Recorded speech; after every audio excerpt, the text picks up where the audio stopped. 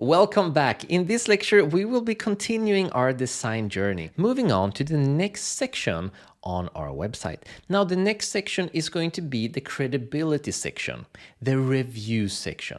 So when people land on our hero page here and they learn about us and they see the product, the first thing that's always going to come to mind is, can we be trusted?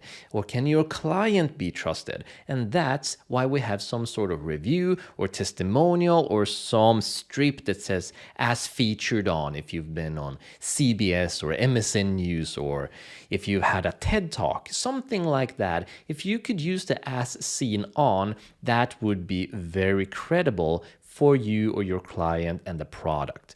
But since we're starting out and assuming you're very likely to work with small businesses, that's not going to exist. So instead, we're going to use something that's more readily available, and those are reviews. So I'm going to show you how to create that review section. So before moving on, make sure that you move to the upper right corner, click on the save option here, this arrow down, and click on save draft, just to make sure that everything we do here is saved, because we're putting a lot of love into this website. So we're gonna go down, and this entire section has just got to go. We don't need it at all. So I'm just gonna make sure that my mouse is within this area, and then I'm going to remove it by clicking on the delete section. Poof. It's gone. That easy. Now we want to create a new section in between the top products and the hero section. So I'm going to hover my mouse over here and click on the plus. Then we're going to want to hover over here. This is the Sydney Studio. Now the Sydney Studio is basically tiny templates of columns that we can add in directly to our site. Elementor has them, Sydney has them. Most of these sections are going to cost money, but for our entire website, we're only going to be using the stuff that's free. And when we need to go beyond the free stuff, I'm going to show you how we can use codes instead to still get those premium features.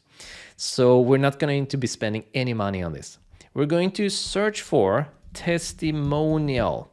And there are different testimonial sections in here. And luckily for us, a lot of them are free. Now, I prefer this one, the Testimonial 7. I think it looks great, I think it's clean, and I love the fact that there's a middle part that has some sort of color in it that just makes something happen there. So I'm going to click on Insert. Once we've inserted it, we're going to scroll all the way down. It's going to appear in the bottom. We're going to click on the 6 dots, hold it, and then just scroll all the way up to the top and decide where we want it. And we want it between the hero section and the top products. So we're gonna drop it in there. And now the fun starts. We're going to design this section. Now, first things first, when you're working with a client, of course, ask them for the reviews. You can also ask them for any form of credibility that they might have. If they've been on any shows, if they've created anything that's very famous, or have some publication that's famous that they have been featured on. Is there any famous websites they have been on? If they have, you could include that in this section. But most likely, you're only going to have access to testimonials, reviews. And if they don't have any, surely they have friends and family who could provide it for them. It is such an essential part of the design and selling any product that you need to make sure that your client has them. Or if they don't, make sure that they get access to them.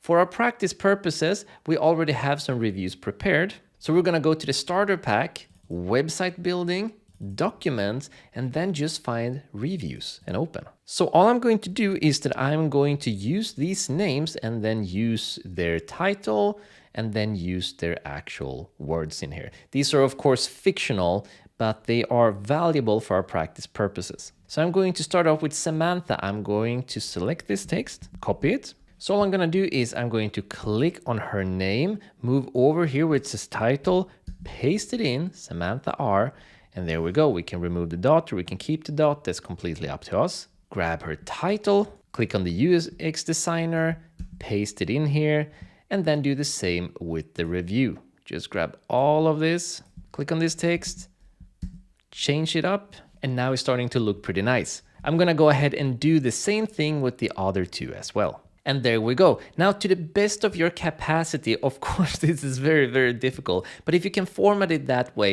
to have a roughly similar amount of text within the review boxes makes everything look very symmetrical and nice.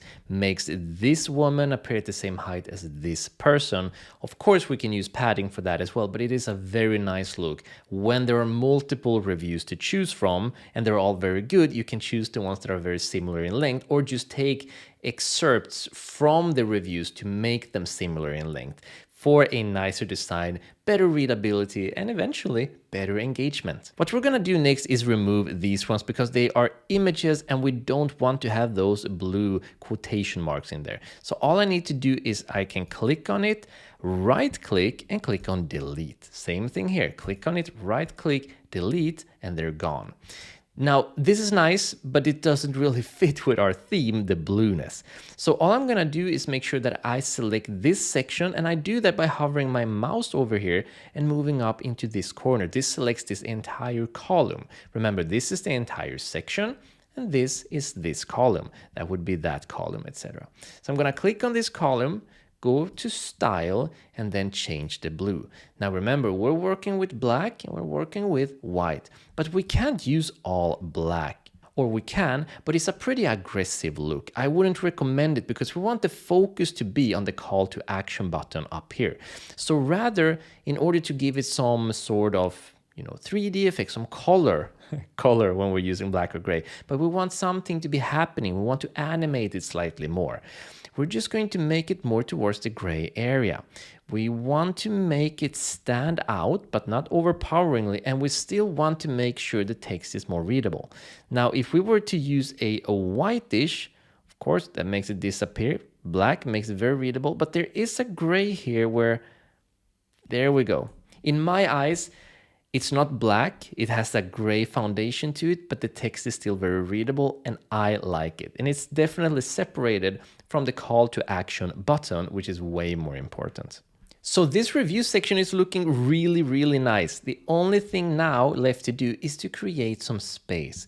As with any design, it's only as good as it is perceptible. Meaning if this all just looks like one big mess, then the user's eyes aren't going to be able to separate them and see them for what they are. The reason this works so well, the hero section, is because it's a big font, there's a lot of space, and it's just very visible. This section is far from the product section, there's big letters, they're all separated, it's very clean. But here, you see, it's very tight with the hero section, and it's very tight with the top product section. So we want some margins. And in order to add those margins, we're going to click and work on this entire section. So we're going to click on these 6 dots and then move over to advanced. And here we have the margins. So we're going to look for some margins on the top and the bottom, and they will be adjusted at the same time because the values are linked together. If we don't want them to be linked together, we could just click here and delink them. But for now, we're just going to keep it. And I'm going to write in 50. It's going to change the top and the bottom to 50, and that's just a breath of fresh air, isn't it? If I fold this section now, we can see that starting this website and looking at the heroes section, there is definitely an enticement to something more down here. And this means that our design is starting to come together really, really nicely. I am loving this review section, but I do want there to be more of a mystery before the scroll. So there are two things I can do. Either I can go back in here and I can increase the margin. Let's say that I would use 80 instead. Let's see what that looks like from the bottom. That is nice, that works, and that gives it a little bit more space. I'm going to use 80, but I'm also going to just make this area slightly bigger so that the reviews aren't readable, even on big screens, from above. I want there to be a bit of a mystery so that they have to start scrolling in order to read this part, because they will get interested in this part. So I'm just going to head back into this section, edit this section, the minimum height, be it layout, and I'm just going to increase it a bit. There we go, something like this, where it's not, you can't read all of it. There we go. What we're looking for here is the Daniels section, which is going to be the most noticeable one, the ones that attracts the most attention. We don't want it to be fully visible. They have to scroll down to read all of it. This is one of these user design techniques that we're going to keep using throughout the course in order to improve the engagement and just make you into a more professional digital marketer. So this is great. And increase it to 937. Let's do 940 just for the heck of it. And then I'm going to go up, make sure I click on Save Draft, scroll down and admire the beautiful review section we just created. Well done. In the next lecture, we're going to start off by working on our themed sections, where we're going to be talking directly to our audience segments. And just like we did now, chances are we will be coming back and looking over the page as a whole and making tiny adjustments to make sure that everything looks perfect from top all the way to the bottom. I hope you're having as much fun as I'm having, and I'll see you in the next lecture.